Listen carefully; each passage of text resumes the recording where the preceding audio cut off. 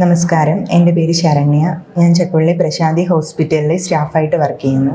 ഞാനിന്ന് നിങ്ങളോട് സംസാരിക്കാൻ പോകുന്ന വിഷയം പുതിയ അധ്യയന വർഷവും കുഞ്ഞുങ്ങളുടെ സുരക്ഷിതത്വവും ആരോഗ്യത്തെയും കുറിച്ചാണ്.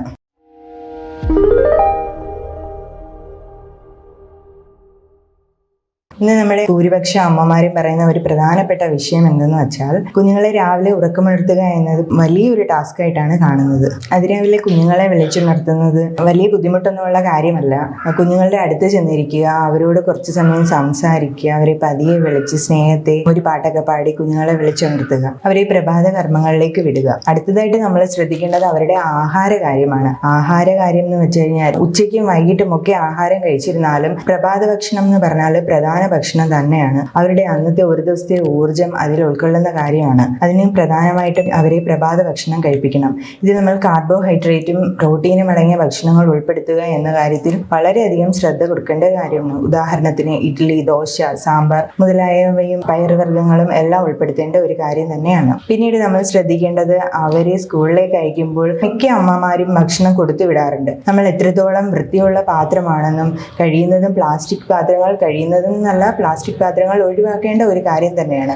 പ്ലാസ്റ്റിക് പാത്രങ്ങളും പ്ലാസ്റ്റിക് കുപ്പികളും നമുക്ക് മുതിർന്നവർക്ക് എങ്ങനെ ആരോഗ്യ പ്രശ്നങ്ങൾ ഉണ്ടാക്കുന്നു, അതിനേക്കാളും ഒരുപാട് ആരോഗ്യ പ്രശ്നങ്ങൾ കുഞ്ഞുങ്ങളിലും ഉണ്ടാക്കാറുണ്ട്. അതുകൊണ്ട് കഴിയുന്നതും സ്റ്റീൽ പാത്രത്തിൽ ആഹാരം കൊടുത്തുവിടാനും നല്ല വൃത്തിയുള്ള പാത്രത്തിൽ കൊടുത്തുവിടാനും ശ്രദ്ധിക്കേണ്ടതാണ്.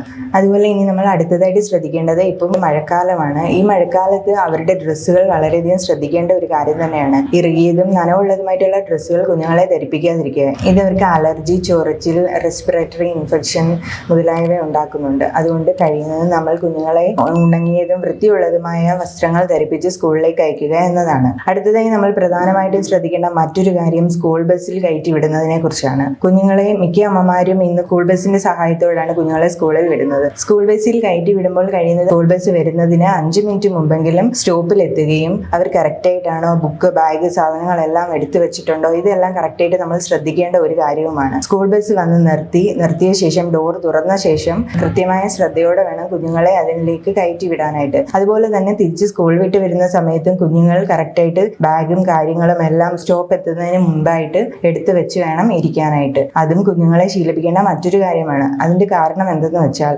സ്റ്റോപ്പ് എത്തുന്ന വെപ്രാളത്തിന് കുഞ്ഞുങ്ങൾ ബാഗ്, കൊട, സാധനങ്ങളെല്ലാം ബാഗിലാക്കുന്ന തിടുക്കത്തിൽ സ്കൂൾ ബസ്സിന്റെ കമ്പിയെ പിടിക്കാതെയോ ഒക്കെ ഇറങ്ങുമ്പോഴാണ് കുഞ്ഞുങ്ങൾക്ക് കൂടുതൽ അപകടം സംഭവിക്കുന്നത്. പിന്നെ മറ്റൊരു കാര്യം എന്ന് പറഞ്ഞാൽ, സ്കൂൾ ബസ്സിന്റെ ഡ്രൈവർ ശ്രദ്ധിക്കേണ്ടതായിട്ടാണ്. കുഞ്ഞുങ്ങൾ ഇറങ്ങിക്കഴിഞ്ഞ് രക്ഷിതാക്കളുടെ അടുത്ത് എത്തിയിട്ടുണ്ടോ, ഇതെല്ലാം ശ്രദ്ധയോടെ നോക്കിയ ശേഷം വേണം ബസ് എടുക്കാനായിട്ട്. ഇതൊക്കെ വളരെയധികം ശ്രദ്ധയോടെ നമ്മൾ നോക്കിയില്ലെങ്കിൽ പിന്നീടുള്ള ദുഃഖത്തിന് കാരണമാകും. പിന്നെ ഒരു പ്രധാനമായിട്ടുള്ള ഒരു കാര്യം പറയാനുള്ളത്, കുഞ്ഞുങ്ങൾക്ക് ഒരു ചെറിയ പനി വന്നാൽ പോലും പോട്ടെ, സാരമില്ല എന്ന ഒരു മൈൻഡോടെ നമ്മൾ കുഞ്ഞുങ്ങളെ സ്കൂളിൽ അയക്കുന്നു. അത് വളരെ തെറ്റായ ഒരു കാര്യമാണ്. ഇതുമൂലം കുഞ്ഞുങ്ങളുടെ അസുഖം വളരെ കൂടുവാനും പിന്നെ അടുത്തിരിക്കുന്ന കുഞ്ഞുങ്ങളിലേക്ക് പകരുവാനും സഹായിക്കുന്നു. അസുഖം വന്നു കഴിഞ്ഞാൽ കൃത്യമായി മരുന്ന് കൊടുത്ത് അസുഖം ഭേദമായതിനു ശേഷം മാത്രം കുഞ്ഞുങ്ങളെ സ്കൂളിലേക്ക് അയക്കുക. ഇതുമൂലം നമ്മുടെ കുഞ്ഞു മൂലം മറ്റുള്ള കുഞ്ഞുങ്ങൾക്കും അസുഖം വരാതിരിക്കുവാനും മറ്റും സഹായിക്കും. ഇത്രയൊക്കെയാണ് പുതിയ അധ്യയന വർഷത്തിൽ കുഞ്ഞുങ്ങളുടെ ആരോഗ്യത്തെക്കുറിച്ചും സുരക്ഷിതത്വത്തെക്കുറിച്ചും എനിക്ക് പറയാനായിട്ടുള്ളത്.